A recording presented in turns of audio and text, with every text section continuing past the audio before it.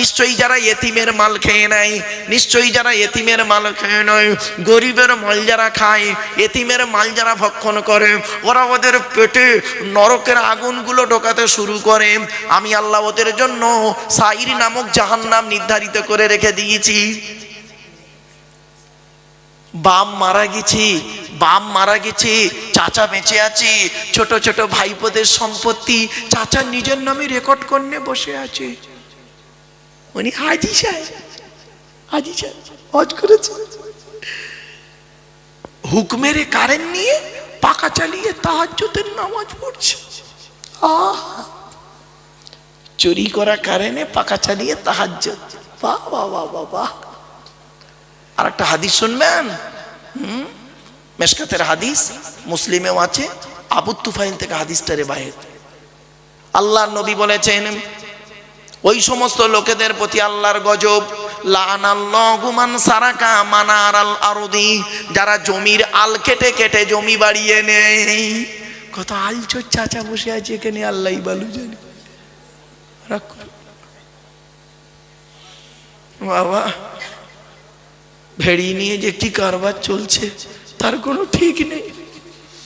ভেড়ির মাছ যে কিভাবে চুরি হচ্ছে মলি সাহেব কিনছে, বুঝতে পারছেন বাবা? চলো একটা একটা করে বলতে দিন আমাকে, অসুবিধা হচ্ছে আপনাদের? চলুন, তাই না?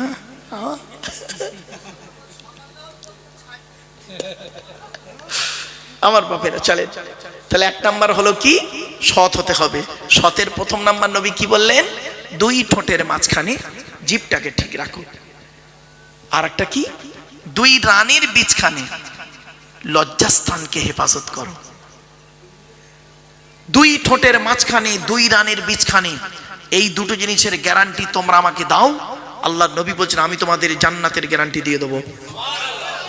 যান বাড়ি চলে যান, গিয়ে দেখবেন হয় চাচার নিচে খারাপ, নয় চাচার উপর খারাপ।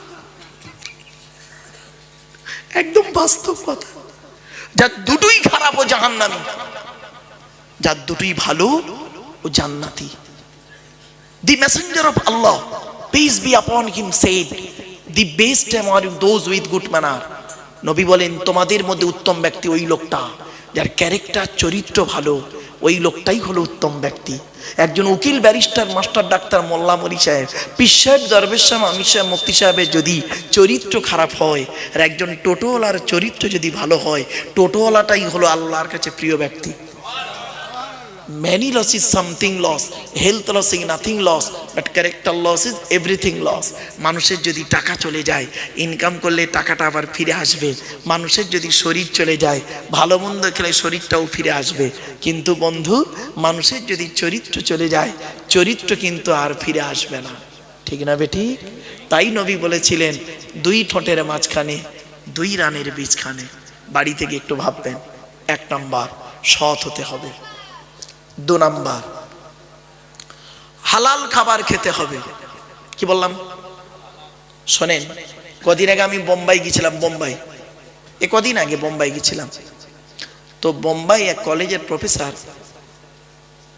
কলকাতায় বাড়ি, বাঙালি মানুষ, হিন্দু মানুষ, আমাকে বলছেন উনি কোরআন খুব ঘাঁটেন। যা বুঝলাম, ওনার কথা শুনে বুঝলাম অত্যাধিক কোরআনকে নিয়ে ঘাঁটাঘাঁটি করেন। কি বলছে জানেন? বলছে, মারুফ সাহেব, আমি আপনার ওয়াজ কিন্তু কন্টিনিউ শুনি, প্রতিনিয়ত আপনার ওয়াজ শুনি। আমি আহমেদাবাদের ওয়াজ থেকে শুরু করে এমন কোনো ওয়াজ শুনতে বাকি রাখিনি। তবে একটা কথা আপনাকে বলি, কোরআনে আল্লাহ পাক বলেছেন হালাল খাবার খাবে কারা? মোমেনরা। মোমেনদের সম্পর্কে আল্লাহ বলেছেন হালাল খাবার খেতে। কিন্তু ভাই অসুবিধা হচ্ছে নাকি? এদিকে অ্যাটেনশন করুন, ভালো হবে। মোমেনদেরকে তো কোরআনে আল্লাহ বলেছেন হালাল খেতে। তা আমি তো মোমেন নয়, তা আমি যদি মদ খাই, আমার অপরাধটা কি? কিছু বুঝতে পারছেন? কোরআনে তো বলা হয়েছে মোমেনরা, সুদ হারাম মোমেনদের জন্য, কোরআনে বলা হয়েছে। কোরআনে বলা হয়েছে মদ হারাম, শুকরের গোশত হারাম, এটা মুমিনদের জন্য। আমি তো মুমিন নই, তা আমি যদি সুদ খাই, শুকরের মাংস খাই, এগুলো হারাম খাবার যদি খাই, তো আমার কোনো অপরাধ নয়। তো আমাকে তো আল্লাহ বলেনি কোরআনে, আমার কথা তো কোরআনে বলেনি, মুমিনদের কথা বলেছে তো কোরআনে হালাল খেতে। শুনে নিন, চমকে যাবেন আজকে শোনার। এ ভাই, এই তুই চুপ মার, বস, শোনেন কথাগুলো, শুনে যান বাবা। আমি বললাম, স্যার আপনি কি গোটা কোরআন পড়েছেন? বলছে মোটামুটি 98% পড়েছি। বললাম স্যার একটু মিস্টেক হয়ে গেছে। বলছে কি মিস্টেক? বললাম স্যার কোরআনে 3 শ্রেণীর লোককে হালাল খেতে বলেছেন। কয় শ্রেণীর লোক? যতদিন বাঁচবেন মনে রাখবেন, এটা যতদিন বেঁচে থাকবেন বাবা, আমার সঙ্গে আপনাদের দেখা হোক আর না হোক, এই 3টি জিনিস মনে রাখবেন। 3 শ্রেণীর লোককে হালাল খেতে বলেছে এই কোরআনে। এই 3 শ্রেণীর মধ্যে আমরা পড়ি কি দেখি। প্রফেসরকে আমি বলছি যে স্যার আপনি কি পড়েন দেখুন তো। কোরআনে প্রথমে হালাল খেতে বলেছে কাদের জানেন? নবী রসুলদেরকে হালাল খেতে বলেছে। নবী রসুলদেরকে হালাল খেতে বলেছে। দলিলটা দিচ্ছে, শুনে নিন। ওনাকে দলিল তো দিতে হবে। বললাম শুনুন, 18 নম্বর পারার 4 নম্বর পৃষ্ঠা 8 নম্বর লাইনে সূরার নাম সূরা মুমিনুনের 51 নম্বর আয়াতে আল্লাহ বলেন কি, ইয়া আইয়ুহার রুসুল কুলু মিনাত তাইয়্যিবাতি ওয়া আমালু সালিহা। হে রসুলগণ, হে নবীগণ, শুধু একজন নবীকে বলি, হে নবীগণ, হে রসুলগণ। আচ্ছা এইটা না দিলে হবে না? হ্যালো, এই জানটা যেন শান্তি হলো ভাই, এত কষ্ট হচ্ছিল আমার। চলেন এবার ভালো, অসুবিধা হচ্ছে আপনাদের? চলেন। ইয়া আইয়ুহার রসুল, হে রসুলগণ, কুলু মিনাত তাইয়্যিবাতি ওয়া আমালু সালিহা। আল্লাহ বলছেন হে রসুলগণ, নবীগণ, আপনারা পৃথিবীতে হালাল খাবার খান, ভালো ভালো কাজগুলো করুন। তাহলে সর্বপ্রথম কাদেরকে হালাল খেতে বললেন? নবী রসুলদেরকে হালাল খেতে বললেন। আচ্ছা নবী রসুলদেরকে হালাল খেতে বললেন কেন? নবীরা তো হালাল খাবেনি, তো আবার বলার দরকার কি ছিল আল্লাহর? বলবো? হ্যাঁ, শুনে নিন, যাতে করে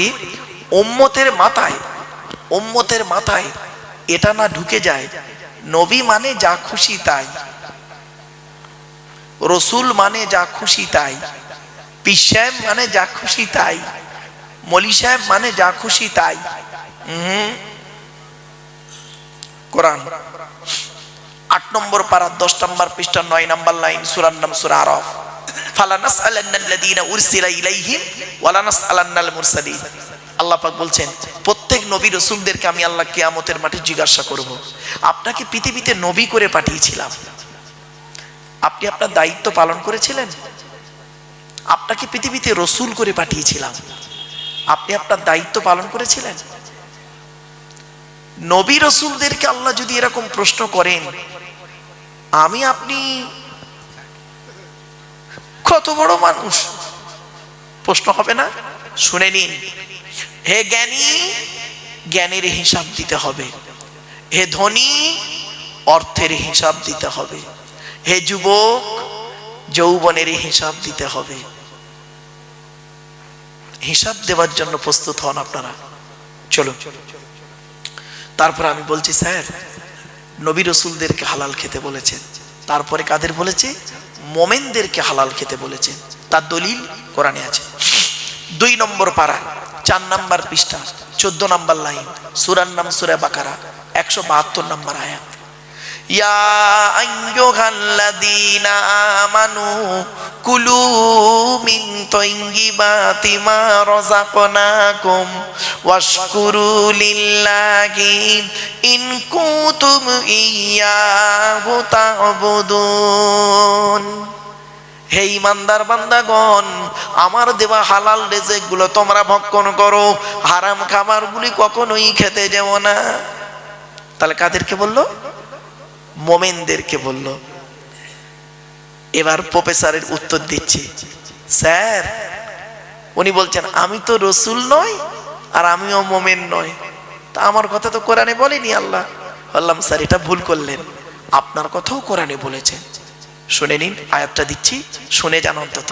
আমার অনেক অমুসলমান ভাই আমার বক্তব্য শোনেন, তারা হয়তো ভাবে যে মদ শুধু মুসলমানদের জন্য হারাম, সুদ কারবার শুধু মুসলমানদের জন্য হারাম, আর কি বলবো আপনার ওই শুকরের মাংস শুধু মুসলমানদের জন্য হারাম।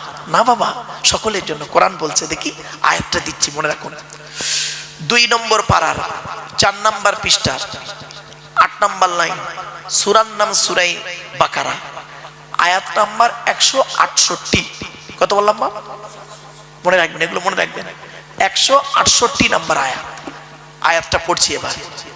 ইয়া আইয়ুহান নাসু, হে মানব জাতি। আচ্ছা, মানব জাতির মধ্যে কি আমি আপনি পড়ি না? হিন্দু, মুসলিম, জৈন, ব্রাহ্মণ, খ্রিস্টান, কুলি, সাঁওতাল, বাগদি, দুলে, সকলে, মানে আদমের সন্তানকে মানব জাতি বলেছে আল্লাহ। ইয়া আইয়ুহান নাস, হে মানব জাতি, কুলু মিম্মা ফিল আরদি হালালান তাইয়্যিবা, পৃথিবীর জমিনে আমার দেওয়া হালাল রিজিকগুলো তোমরা ভক্ষণ করবে।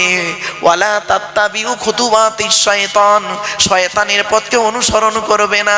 ইন্নাহু লাকুম আদুউম মুবিন, শয়তান হলো তোমাদের প্রকাশ্য দুশমন। তখন প্রফেসর পুরো চুপ, পুরো চুপ। হলো, আপনি শুধু ভাবেন মোমেনরাই শুধু হালাল খেতে। আরে মুহাম্মদ সাল্লাল্লাহু আলাইহি সাল্লাম, শুনে নিন, মুহাম্মদ সাল্লাল্লাহু আলাইহি সাল্লাম শুধু মুসলমানদের নবী নয়। মুহাম্মদ সাল্লাল্লাহু আলাইহি সাল্লাম কাদের নবী? কুল কায়নাতের নবী। তা দলিল কি? দলিল কোথায় আছে কোরআনে? শুনুন, 9 নম্বর পারার 9 নম্বর পৃষ্ঠা 11 নম্বর লাইন, সূরার নাম সূরা আরাফ, আয়াতটা পড়ছি। আল্লাহ বলছেন, কুল, নবী বলে দাও, ইয়া আইয়ুহান নাস, হে মানব জাতি, ইন্নী রাসূলুল্লাহি ইলাইকুম জামিয়া, আল্লাহ পাক সকলের জন্য আমাকে রসুল করে পাঠিয়েছে। আপনি কি ভাবলেন শুধু মুহাম্মদ সাল্লাল্লাহু আলাইহি সাল্লামকে ফলো করবে মুসলমানরা? সকলে ফলো করে, কেউ ডাইরেক্ট করে, কেউ ইনডাইরেক্ট করে, কেউ প্রকাশ্যে করে, কেউ গোপনে করে। কিছু বুঝতে পারছেন আমার কথা? চলো তো বাবা, 2 নাম্বার হলো হালাল খেতে হবে। 3 নাম্বার হলো জলসা কমিটি হতে গেলে 5 ওয়াক্ত নামাজি হতে হবে। এই কোরআনে আছে 82 জায়গায়, কত জায়গায়? কত জায়গায়? 82 জায়গায় বিভিন্ন অ্যাঙ্গেলে নামাজের কথা আছে 82 জায়গায়। আর এই কোরআনে আছে 92 জায়গায় লেখাপড়ার কথা। কত জায়গায়? 92 জায়গায় আছে লেখাপড়ার কথা। তো কোন সংখ্যাটা বেশি, 82 না 92?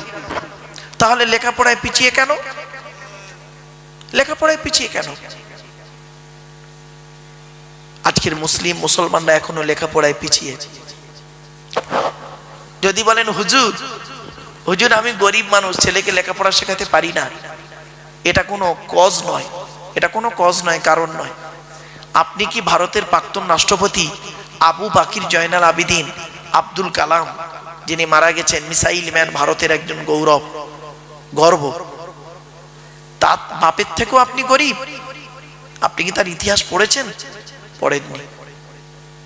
বাস্তবটাই বললাম, যে চাই চিনি তাকে যোগাই চিন্তামণি। আপনি চেষ্টা করুন, চলবে। তবে একটা কথা বলে যাচ্ছি আপনাদের, আবেগ নিয়ে চলবেন না। ইসলামে আবেগ নিয়ে চলে না, ইসলাম চলে বিবেকের উপরে। কিসের উপরে? বিবেক। কোরআন হাদিস চলে বিবেকের উপরে, আবেগ নিয়ে চলে না। একটা আয়াত দেবো, কি বলুন? এই দেখেন, আল্লাহর নবী একদিন দাঁড়িয়ে আছেন, সাহাবীদেরকে বলছে, শোনো শোনো, একটা কথা বলি, তোমরা আমাকে ওই পূর্ববর্তী নবীদের উম্মতদের মতো ভক্তি করতে গিয়ে জাহান্নামী হইও না। কি বলল? পূর্ববর্তী নবীদের উম্মতেরা তারা তাদের নবীদেরকে ভক্তি করতে গিয়ে জাহান্নামী হয়েছে, ওই রকম ভক্তি তোমরা মুহাম্মদকে করো না। তখন সাহাবীরা বলছেন, ইয়া রাসূলুল্লাহ, আগেকার যুগের নবীর উম্মতেরা তারা তাদের নবীকে ভক্তি করতে গিয়ে জাহান্নামী হয়েছে? বলছে হ্যাঁ, অনেকেই জাহান্নামী হয়েছে। বলছে একটু দয়া করে খুলে বলুন না। ব্যাস, সঙ্গে সঙ্গে আলোচনা চলছে, আমার আল্লাহ জিবরাইলকে পাঠালেন। জিবরাইল এলেন, কোরআনের এই আয়াতটা তখন নাজিল হয়ে গেল। কি? ওয়াকালাতিল ইয়াহুদু উযাইরুন ইবনুল্লাহ ওয়াকালাতিন নাসারাল মাসীহু ইবনুল্লাহ। 10 নম্বর পারার 10 নম্বর পৃষ্ঠার 11 নম্বর লাইন, সূরার নাম সূরা তাওবার 30 নম্বর আয়াত। এর বাংলা মানে কি? ইহুদিরা গো বাপ, ইহুদিরা উজাইর বলে একজন নবী ছিল, নাম শুনেছেন? উজাইর নবী ছিলেন একজন। উজাইর নবীর গোটা তাওরাত মুখস্থ ছিল। উজাইর নবীর গোটা তাওরাত মুখস্থ ছিল। এখন তাওরাতটা কি আপনাদের একটু খুলে বলি। ইহুদিদের হেদায়েতের জন্য আল্লাহ পাক মুসা নবীর উপরে 40 দিনের ভিতরে একটা কিতাব পাঠিয়েছিলেন। কিতাবটার নাম হলো তাওরাত। আচ্ছা, সেই তাওরাত কিতাব কত পারা? 1000 পারা। কত কত কত? 1000 পারা তাওরাত কিতাব। আর তাওরাত কিতাব কবে নাজিল হয়েছে? রমজান মাসে 6 তারিখে। কত তারিখ? 6 তারিখ, মাথায় রাখুন। তো উজাইর নবীর তাওরাত কিতাব মুখস্থ ছিল। তো ইহুদিরা উজাইর নবীকে ভক্তি করতে করতে করতে করতে অতি ভক্তি করতে গিয়ে লাস্টে কি বলল শুনবেন? এই উজাইর নবী নয়, উজাইর নবী নয়। ওই যে কে? উজাইর তাহলে কে? উজাইর আল্লাহর বেটা। নাউজুবিল্লাহ বলুন। হলো হলো তো? আল্লাহ কি বলছে? আল্লাহর পরিচয় কি? আল্লাহর পরিচয় 4টি। আল্লাহ নিজে বলছেন কোরআনে, আল্লাহর পরিচয় 4টি। কুল, নবী তুমি বলো, হুয়াল্লাহু আহাদ, সে আল্লাহ হলেন একক। আল্লাহুস সামাদ, আল্লাহ হলেন অমুখপেক্ষী। আল্লাহ কারোর মুখপেক্ষী নন, সারা পৃথিবী তার মুখপেক্ষী। 3 নাম্বার, লাম ইয়ালিদ ওয়া লাম ইউলাদ, আল্লাহ কাউকে জন্ম দেয়নি, আল্লাহকেও কেউ জন্ম দেয়নি। কিছু বুঝতে পারছেন? ওরা কি বললো? উজাইর আর ওমাল ওয়া লাম ইয়াকুল লাহু কুফুয়ান আহাদ, আল্লাহর সমকক্ষ কেউই নেই। ব্যাস, উজাইর। ইহুদিরা কি বললো? উজাইর আল্লাহর বেটা। ব্যাস, শেষ। এবার খ্রিস্টানরা কি করলো? ওই আয়াতে আছে ওয়াকালাতিন নাসারাল মাসীহু ইবনুল্লাহ। খ্রিস্টানরা বললো ঈসা নবীকে, খ্রিস্টানরা এই নাসারারা খ্রিস্টানরা ঈসা নবীকে ভক্তি করতে করতে করতে করতে এত ভক্তি করে ফেললো, 3টে দলে বিভক্ত হলো। কোরআনে আছে সালিসুন সালাসা, 3 দলে বিভক্ত হলো। কি? এক দল কি বললো শুনবেন? এই ঈসা নবী নয়, ঈসাকে নবী বলো না তোমরা। তো কি? ঈসা নিজেই আল্লাহ। নাউজুবিল্লাহ বলো। এবার আরেক দল বলছে ওদের মধ্যে, আল্লাহ হলে তো এত দেরিতে এলো কেন?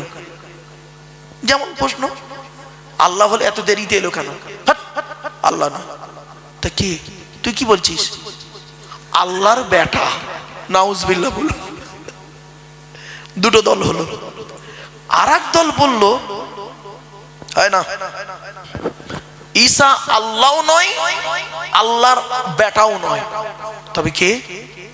আল্লাহর নবী, আল্লাহর বান্দা। এরাই হলো অরিজিনাল ঈসাই নাসারা। এদের ছেলে মেয়েদের সঙ্গে আমাদের ছেলে মেয়েদের বিয়ে দেওয়া জায়েজ। ওরা যদি কুরবানি করে, ওই কুরবানির গোশত আমাদের খাওয়া জায়েজ। আর এই সংখ্যা ঈসা নবীর জামানায় ছিল মাত্র 12 জন। কতজন? 12 জন। 12 জন ছিল। ঈসা নবীকে যখন চৌথা আসমানে তোলা হয়, যে ঘরটার ভিতরে ঈসা নবী ছিলেন, ওনার কাছে 12 জন ব্যক্তি বসেছিলেন। সে ওই 12 জন, বুঝলেন বাবা? এবার ঈসা নবীর উপরে যে কেতাব পেল তার নাম কি? ইনজিল, তাই তো? যাকে বলে বাইবেল। ইনজিল কেতাব কবে এলো? রমজান মাসের 18 তারিখে, 18ই রমজান। আচ্ছা, ইনজিল কেতাব কত পারা? 27 পারা। কত? 27 পারা। আর তওরাত কত পারা বললাম? 1000। আর একটা কেতাব এসছে, সে কেতাবটার নাম হলো জবুর কেতাব। জবুর কেতাব কবে এসেছে? আচ্ছা, এই ইনজিল কেতাবটা এলো কবে বললাম বাপ? 18ই রমজান। আর তওরাত কেতাব এসছে 6ই রমজান। আর জবুর কেতাব এসছে 8ই রমজান। 150 পারা। কত? 150 পারা। এবারে আসছি, আমার হাতে যে কেতাবটা আছে, এই কেতাবটার নাম কি? কোরআনুম মাজিদ। এই কেতাবটা কবে এলো শুনেনি? 610 খ্রিস্টাব্দে। কত কত কত? 610 খ্রিস্টাব্দে 1 ফেব্রুয়ারি, সোমবার। 610 খ্রিস্টাব্দে 1 ফেব্রুয়ারি, সোমবার। আচ্ছা, আজকে তারিখটা কত আছে? 18ই ডিসেম্বর 2025 সাল। কি বার? বৃহস্পতিবার। আজকের বাড়ি যাবেন, বাড়িতে গিয়ে 18ই ডিসেম্বর 18/12/2025 লিখবেন, আর নিচেই লিখবেন 1-2, মানে 1 ফেব্রুয়ারি 1-2-610 মাইনাস করবেন, কতদিন আগে কোরআন এসেছে পেয়ে যাবেন। আমি একদম ইংরেজি সাল, তারিখ, বার বলে দিলাম। এই কোরআন হলো 30 পারা, এলো মুহাম্মদ সাল্লাল্লাহু আলাইহি ওয়াসাল্লামের উপরে। এ কোরআন কবে এলো? কোরআন বলছে শাহরু রমাদান আল্লাযী উনজিলা ফীহিল কোরআন, রমজান মাসে কোরআন আমি নাজিল হয়েছি। আবার যদি কোরআনকে প্রশ্ন করি, কোরআন তুমি বলো রমজান মাসে নাজিল হলে ঠিকই, কে তোমাকে পৃথিবীতে আনলো? কোরআন বলছে তোরা আমাকে প্রশ্ন করছিস, আমি কোরআনই উত্তর দিচ্ছি। নাজালা বিগির রুহুল আমিন, আমাকে রুহুল আমিন ফেরেশতা জিবরাইল নিয়ে এসেছে। আবার যদি প্রশ্ন করা হয়, কোরআন তুমি বলো জিবরাইল ফেরেশতা আনলো, তুমি কি রবীন্দ্রনাথের লেখা কোনো বইটই? কোরআন বলছে ফালতু কথা বলবি না, আমি কোথা থেকে নাজিল হয়েছি জানিস? তানজিলুম মির রাব্বিল আলামিন, আমি আল্লাহর তরফ থেকে নাজিল হয়েছি। আবার প্রশ্ন করুন, কোরআন তুমি রমজান মাসে নাজিল হলে কবে হলে? 30 দিনে তো মাস। কোরআন বলছে শুনবি, ইন্না আনজালনাহু ফি লাইলাতিল কদর, আমি কোরআন লাইলাতুল কদরের রাতে নাজিল হয়েছি। তাহলে আল্লাহর তরফ থেকে এলো, জিবরাইল নিয়ে আসলো, লাইলাতুল কদরের রাতে এলো। এখন কার উপরে নাজিল হয়েছে? মুহাম্মদ সাল্লাল্লাহু আলাইহি ওয়াসাল্লামের নাজিল হয়েছে। কোরআনকে প্রশ্ন করুন, কোরআন কি সুন্দর উত্তর দিচ্ছে দেখুন। ওয়াল্লাযীনা আমানু ওয়া আমিলুস সালিহাত ওয়া আমানু বিমা নুজিলা আলা মুহাম্মাদিন ওয়া হুয়াল হাক্কু মির রাব্বিহিম। সূরা মুহাম্মদ 26 নম্বর পারার 6 নম্বর পৃষ্ঠার প্রথম নম্বর লাইন। আমি কোরআন মুহাম্মাদের উপরে নাজিল হয়েছি। এখন তো তৎকালীন যুগে না মুহাম্মদ নামটা প্রচুর ছিল, প্রচুর। কেন? তওরাত কেতাবে আছে, জবুর কেতাবে আছে, ইনজিল কেতাবে আছে যে আখিরি জামানায় একটা নবী হবে, তার নাম হবে মুহাম্মদ। সেই জন্যে আরবের মানুষেরা করতো কি, ছেলে হলে যাতে আমার ছেলে নবী হয়, সেই জন্য তারা করতো কি মুহাম্মদ নাম রাখতো। তো মুহাম্মদ তখন অনেক। প্রশ্ন করুন, আচ্ছা মুহাম্মদ কোন মুহাম্মদ? কোরআন বলছে যাই তাই মুহাম্মদ নয়। কোন মুহাম্মদ? মুহাম্মাদুর রাসূলুল্লাহ, যে মুহাম্মদ রাসূল, ওই মুহাম্মাদের উপরে নাজিল হয়েছি। আচ্ছা মুহাম্মদ কি কারোর বাপ মা? বলছে না। তবে কে মুহাম্মদ? কে মুহাম্মদ? প্রশ্ন করুন, কি সুন্দর উত্তর দিচ্ছে দেখুন। মোহাম্মদ, আল্লাহ কোরআন বলছে মোহাম্মদের পরিচয় নেবে, নিয়ে নাও। মা কানা মুহাম্মাদুন আবা আহাদিম মির রিজালিকুম ওয়ালাকিন রাসূলুল্লাহি ওয়া খাতামান নাবিয়্যিন। 22 নম্বর পারা 2 নম্বর পৃষ্ঠা 13 নম্বর লাইন, সূরার নাম সূরা আহজাব। আজকের পারা নাম্বার পৃষ্ঠা লাইনগুলো বলছি না, একটু ধীরে ধীরে বলছি তো, এই জন্য ওগুলো বললে মানুষের স্পিরিটে বলা হয়ে যায় আর মাথা থেকে অনেকটা সরেও যায়, এই জন্য বুঝিয়ে বুঝিয়ে বলছে, অসুবিধা হচ্ছে বাবা। মুহাম্মদ হলো কে? মা কানা মুহাম্মাদুন আবা আহাদিম মির রিজালিকুম, ওরে মুহাম্মদ কারোর বাপ নয়, মা নয়। ওয়ালাকিন রাসূলুল্লাহ, মুহাম্মদ হলেন আল্লাহর প্রেরিত রাসূল। ওয়া খাতামান নবিয়্যিন, আখিরি জামানার শেষ নবী।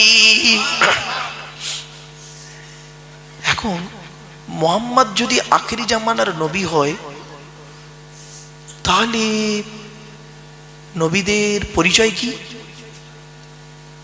নবীদের পরিচয় কটা? আল্লাহর পরিচয় 4টে। কটা বললাম বাবা? 4টে। নবীদের পরিচয় কটা? শুনে নিন। নবীদের পরিচয় হলো 3টে। কটা কটা? যতদিন বাঁচবেন এগুলো মনে রাখবেন। নবীদের পরিচয় 3টে। নবী হতে গেলে 3টে শর্ত। কি কি? 1 নাম্বার, যিনি নবী হবেন তার চরিত্র উত্তম হতে হবে। চরিত্রহীন ব্যক্তি কোনোদিন নবী হতে পারে না। এই জন্য প্রত্যেক নবীর চরিত্রকে আল্লাহ পাক উত্তম করে পাঠিয়েছে। জোরে বলুন। আচ্ছা, মুহাম্মদ সাল্লাল্লাহু আলাইহি ওয়াসাল্লামের চরিত্রটা কেমন জানা যাক তো একটু। আমি আব্দুল্লাহিল মারুফ যদি আপনাদের নবীর চরিত্র নিয়ে বলি, অমুসলমানরা না সহজে এটা মেনে নেবে না, ঠিক না বেটি? উনি মুহাম্মাদের দলের লোক, ধর্মের লোক, তাই মুহাম্মাদের চরিত্রের কথা মুসলমান আমাদেরকে শোনাচ্ছে, স্বাভাবিক কথা এটা। চলো, অমুসলমানরা কি বলেছে একটু দেখি তো। অমুসলমানরা আমার নবী সম্পর্কে কি বলেছে দেখি, শুনুন। 1934 সাল, কত কত কত 1934 সাল, শান্তিনিকেতন নাম শুনেছেন? বীরভূম জেলার বোলপুরে শান্তিনিকেতন। শান্তিনিকেতন থেকে 10 কিলোমিটার দূরে একটা ছোট্ট মুসলিম গ্রাম। সেই গ্রামের কিছু মানুষ, তখন তো এত আলেম হাফেজ ছিল না, তো সেই গ্রামের মসজিদের ইমাম সাহেব উনি বললেন, একটা কাজ করবে তোমরা, কি একটা জলসা দেবে, নবী দিবস দেবে। তা বলছে সে কি করে হবে, বক্তা পাবো কোথায়? তা বলছে কেন, আমি একটু নবী সম্পর্কে আলোচনা করব, তোমরা একটু শুনবে। বলো ঠিক আছে তাই। এই কথাটা যখন এলাকায় যখন ছড়াছড়ি হচ্ছে চলছে, তখন হিন্দু ভাইয়েরা ওরা করলো কি, ওদের শিক্ষিত লোকেরা জলসা কমিটিকে, মসজিদ কমিটিকে বলল, এক কাজ কর, তোরা রবীন্দ্রনাথ ঠাকুরকে ইনভাইট কর, মানে রবি ঠাকুর যাকে বলে, রবীন্দ্রনাথ ঠাকুরকে ইনভাইট কর, আর উনি এসে তোদের নবী সম্পর্কে কিছু কথা বলবেন, আমরা গিয়ে শুনবো, আমরা যাব। তো ইমাম সাহেব দেখলো ভালো জিনিস, এলাকার ছেলেরাও দেখলো ভালো জিনিস, এখন রবীন্দ্রনাথ ঠাকুরকে দাওয়াত করেছে। শুনে নিন, রবীন্দ্রনাথ ঠাকুরকে দাওয়াত করেছে। দাওয়াত করার পর রবীন্দ্রনাথ ঠাকুর এসে মাইকের সামনে বক্তব্য দিচ্ছে। মুহাম্মদ সাল্লাল্লাহু আলাইহি সাল্লাম সম্পর্কে উনি 1.5 ঘন্টা বক্তব্য দিয়েছিলেন। কত কত কত 1.5 ঘন্টা বক্তব্য দিয়ে লাস্ট কি বলেছিল জানেন? আমি রবীন্দ্রনাথ ঠাকুর বলে গেলাম, এই পৃথিবীর জমিনে আমার চোখে সর্বশ্রেষ্ঠ মহামানব হলো আখিরি জামানার শেষ নবী। কি আশ্চর্য! ওই রবীন্দ্রনাথ ঠাকুর যখন চীনে গেছিলেন, চীন ইয়াংসে কিয়ান হাংহ নদীর তীরে চীন সভ্যতা গড়ে উঠেছে। পিকিং শহরে যখন গেলেন, চীনের ছেলেমেয়েরা প্রশ্ন করেছেন, স্যার আপনাকে একটা প্রশ্ন করব, আপনি এই মুসলমানদের মতো গালে বড় দাড়ি রেখেছেন কেন, আর মাথায় কালো গোল টুপি পরেছেন কেন? জানেন তো রবীন্দ্রনাথ মাথায় টুপি ছিল, আর হাঁটুর নিচে পর্যন্ত গোল পিরহান পরতেন কেন? এটা করলেন কেন? আপনি তো একজন ঠাকুর মানুষ, আপনার তো পইতে থাকবে, পইতে ওং বা টিকা লেখা থাকবে, আপনার তো পইতে থাকবে, তা আপনি এটা, এই ড্রেসটা তো মুসলমানদের ড্রেস, আর শুধু মুসলমানদের ড্রেসটা মুসলমানদের যারা সুফি তত্ত্বের মানুষ তাদের ড্রেস, তা আপনি এটাকে নিলেন কেন একটু বলবেন? অনেকক্ষণ চিন্তা করার পরে উনি বলেছিলেন, এই গালে দাড়ি মাথায় টুপি আর বড় পাঞ্জাবিটা সনাতন ধর্মের ড্রেস নয়, এটা আমি জানি। এই তিনটে জিনিস না ইসলাম ধর্মের নবী মুহাম্মদ সাল্লাল্লাহু আলাইহি সাল্লামের আদর্শ থেকে আমি নিয়ে মেনে চলি। তা বলছি একটু খুলে বলবেন? বলছে মনে রেখো, আমার যেটা বিশ্বাস, গালে দাড়ি রেখে কোনোদিন মদের গ্লাস ধরতে পারবে না, গালে দাড়ি রেখে কোনোদিন যুবতী নারীর দিকে খারাপ নজরে তাকাতে পারবে না, বিবেক বাধা দেবে। মাথায় টুপি নিয়ে কোনোদিন পাপ কাজে লিপ্ত হতে পারবে না, বিবেক বাধা দেবে। এই বিবেকটাকে ঠিক রাখার জন্য আমি এই তিনটে জিনিসকে একটু ব্যবহার করে চলি।